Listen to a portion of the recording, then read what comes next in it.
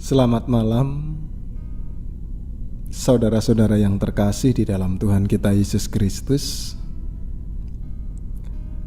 Malam hari ini seperti halnya hari-hari yang kemarin, kita dapat merasakan bagaimana limpahan penyertaan Tuhan nyata dalam kehidupan kita.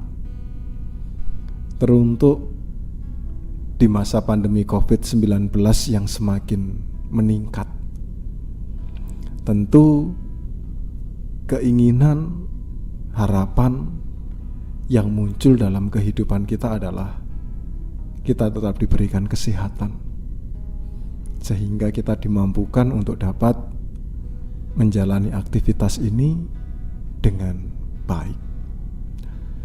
Sebelum kita bersama-sama beristirahat, kita akan sedikit mendengarkan renungan, sehingga apa yang boleh kita terima pada kesempatan kali ini dapat semakin mengubahkan pribadi kita untuk menjadi pribadi yang jauh lebih baik, lebih berkenan bagi kemuliaan nama Tuhan.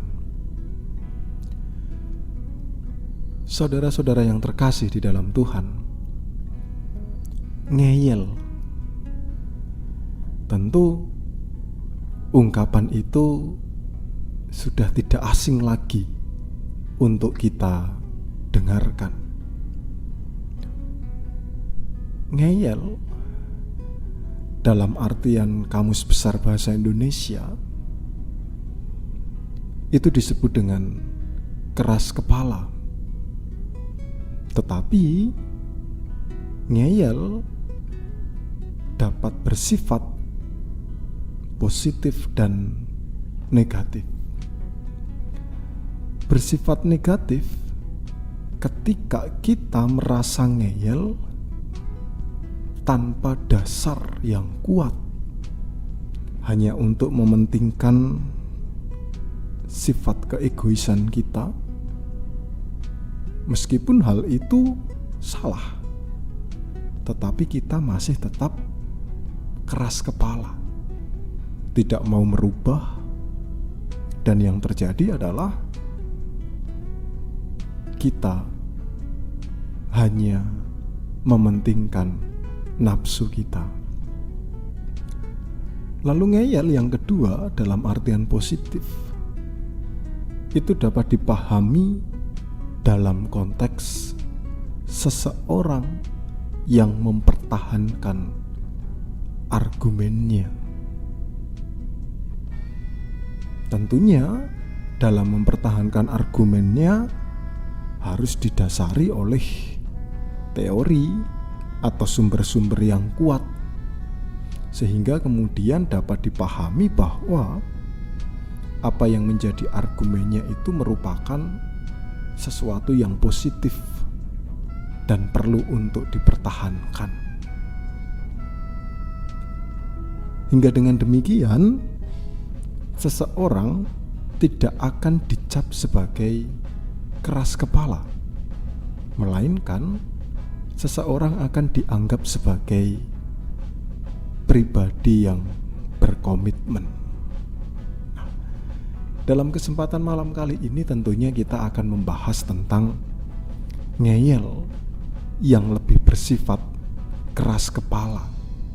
Sudah tahu salah, diingatkan tetapi tidak mau. Dalam kehidupan kita, seringkali kita sadari atau tidak juga pernah melihat, atau bahkan kita sendiri yang menjadi pelaku atas tindakan ngeyel tersebut.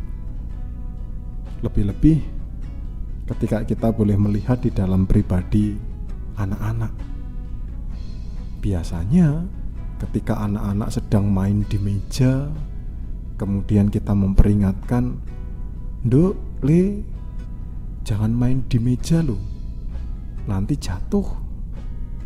Ataupun kalau kemudian anak-anak kita sedang berlari-lari tidak menggunakan sandal, kita seringkali mengatakan, "Jangan lari-lari, nanti kalau kesandung kakinya berdarah."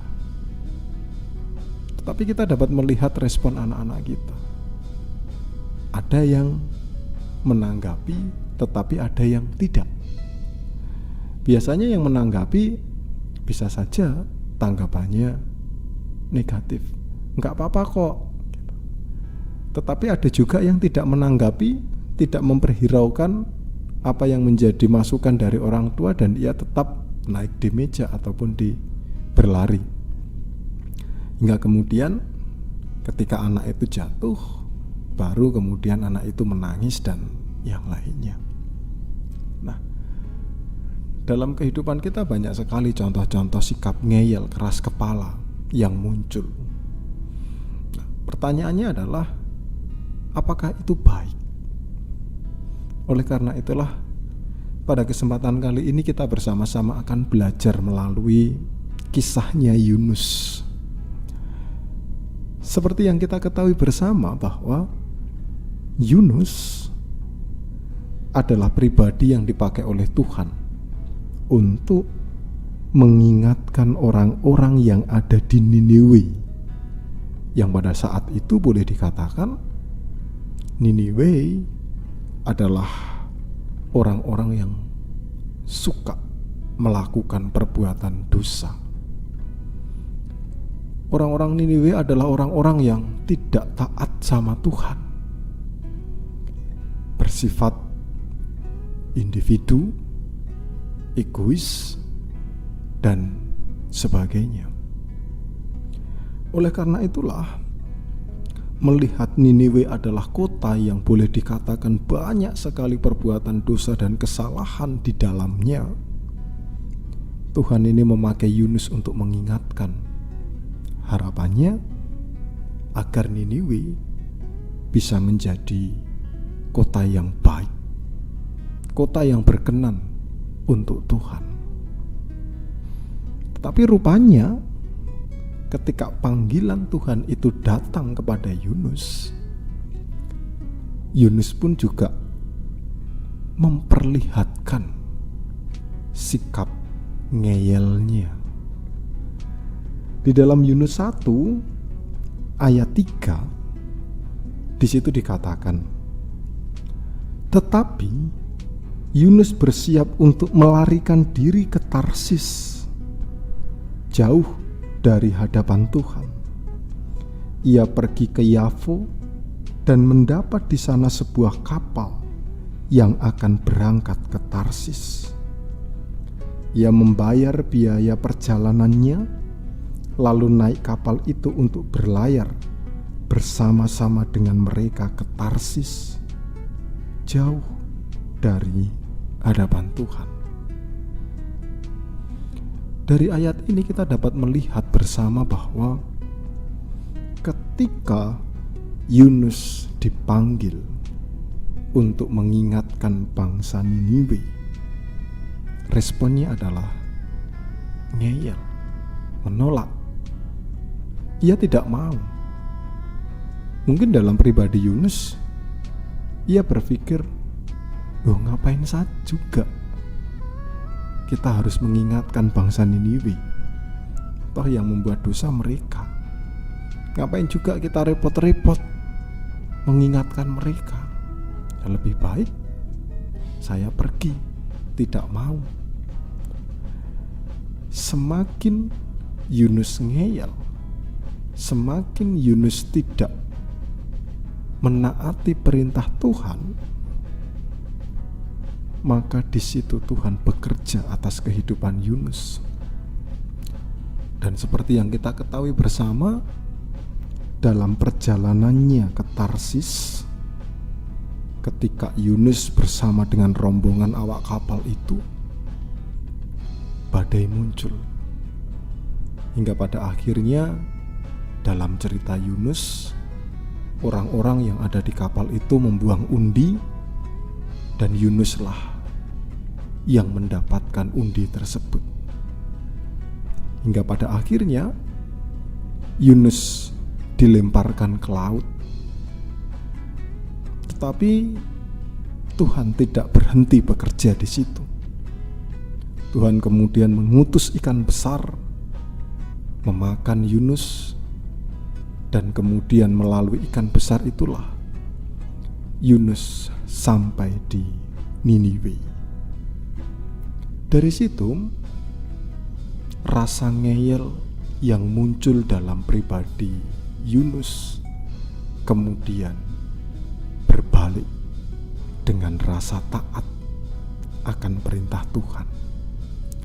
Seberapapun Yunus ngeyel, tetapi kalau ketetapan Tuhan sudah dinyatakan, maka seseorang tidak akan bisa untuk menghindarinya. Semakin dihindari akan semakin sakit.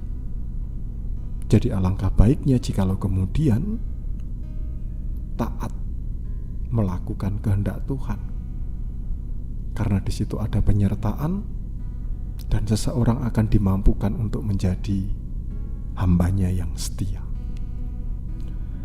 Bapak, Ibu, dan saudara-saudara yang terkasih di dalam Tuhan, kembali dalam konteks kehidupan kita, seringkali kita pun juga merasa ngeyel.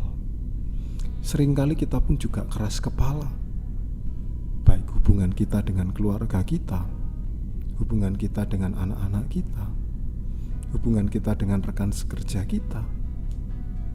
Seringkali rasa keras kepala itu muncul, dan hal itu dapat merusak relasi kita dengan sesama. Pada kesempatan kali ini kita diajar untuk mau melihat apa yang menjadi ketetapan Tuhan, menjauhkan diri dari sikap ngeyel, menjauhkan diri dari rasa keras kepala, sehingga kita senantiasa dapat menjalin relasi yang baik dengan sesama. Mari kita bersama berdoa. Ya Allah, Bapa Surgawi, kami menyadari Tuhan bahwa di dalam kami menjalani kehidupan ini seringkali kami merasa ngeyel, seringkali kami merasa keras kepala, di mana hal itu hanya untuk memenuhi kebutuhan ego kami. Melalui firman-Mu, Engkau mengingatkan kembali kepada kami agar kami semakin menjauhkan diri dari sikap ngeyel, tetapi lebih kepada sikap humble, sikap rendah hati, di mana sikap itulah yang akan mendatangkan kesukacitaan, yang akan menjadikan relasi kami dengan sesama semakin baik, yang akan memulihkan hubungan kami dengan Tuhan semakin dekat. Oleh karena itu pada kesempatan kali ini Tuhan, mampukan kami agar kami dapat menjadi pribadi yang rendah hati, senantiasa taat kepadamu, lebih-lebih di masa pandemi COVID-19 seperti ini. Terkadang kami abai atau bahkan merasa ngeyel karena COVID ini membuat pribadi kami semakin lalai untuk menjaga protokol kesehatan. Dan mampukan kami juga agar kami tetap taat mematuhi protokol kesehatan yang berlaku, hingga kami pada akhirnya dapat menjalani aktivitas kami dengan baik. Saat ini Tuhan, kami berdoa untuk saudara-saudari kami yang belum dapat kami sebutkan satu persatu, di mana saudara-saudari kami pada kesempatan kali ini sedang menjalani isolasi mandiri. Tuhan kiranya memberikan kekuatan, menyembuhkan, menyertai. Biarlah dalam proses isolasi mandiri, saudara kami semakin dipulihkan karena Engkau. setiap obat-obatan, makanan yang diminum, biarlah itu dapat menjadi sarana untuk saluran berkat pemulihan yang daripadamu. Kami pun pada kesempatan kali ini juga berdoa untuk kehidupan bangsa Indonesia dalam proses menghadapi wabah COVID-19. Kiranya hanya penyertaan Tuhan yang memampukan bangsa Indonesia untuk terus berjuang dalam memberantas penyebaran virus corona melalui proses vaksinasi serta senantiasa menyuarakan protokol kesehatan. Dengan demikian, pandemi ini boleh kami lalui dengan seturut kehendak Tuhan. Ya Allah Bapa Surgawi, pada kesempatan kali ini kami pun juga hendak menyerahkan kehidupan kami sepenuhnya dalam tangan kuasa-Mu. Biarlah hanya kasih setia Tuhan yang memampukan kami menjalani setiap pergumulan kehidupan kami. Bila mana pada kesempatan kali ini kami hendak beristirahat, Tuhan kiranya menjaga dan melindungi agar kami boleh beristirahat dengan nyenyak, memulihkan stamina kami, hingga besok pagi kami boleh siap menjalani kehidupan kami ke depan. Penyertaan-Mu lah yang kami nantikan, dan biarlah melalui penyertaan Tuhan menjadikan kami boleh hidup dalam kelimpahan. Terima kasih Tuhan, hanya di dalam nama Tuhan Yesus Kristus kami berdoa dan mengucap syukur. Amin. Bapak, Ibu, dan saudara-saudara yang terkasih di dalam Tuhan, selamat beristirahat, dan kiranya Tuhan senantiasa menjaga dan menyertai kita sekalian. Selamat malam dan Shalom.